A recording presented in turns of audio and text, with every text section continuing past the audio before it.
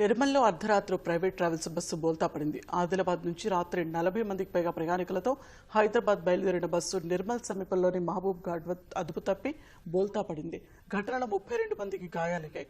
తీవ్ర గాయాల పాలైన ఫర్హానా బేగం అనే మహిళను అంబులెన్స్ లో హైదరాబాద్ తరలిస్తుండగా మృతి చెందింది.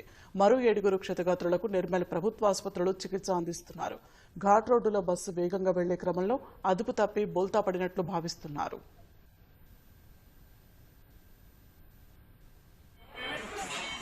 Hayır bak.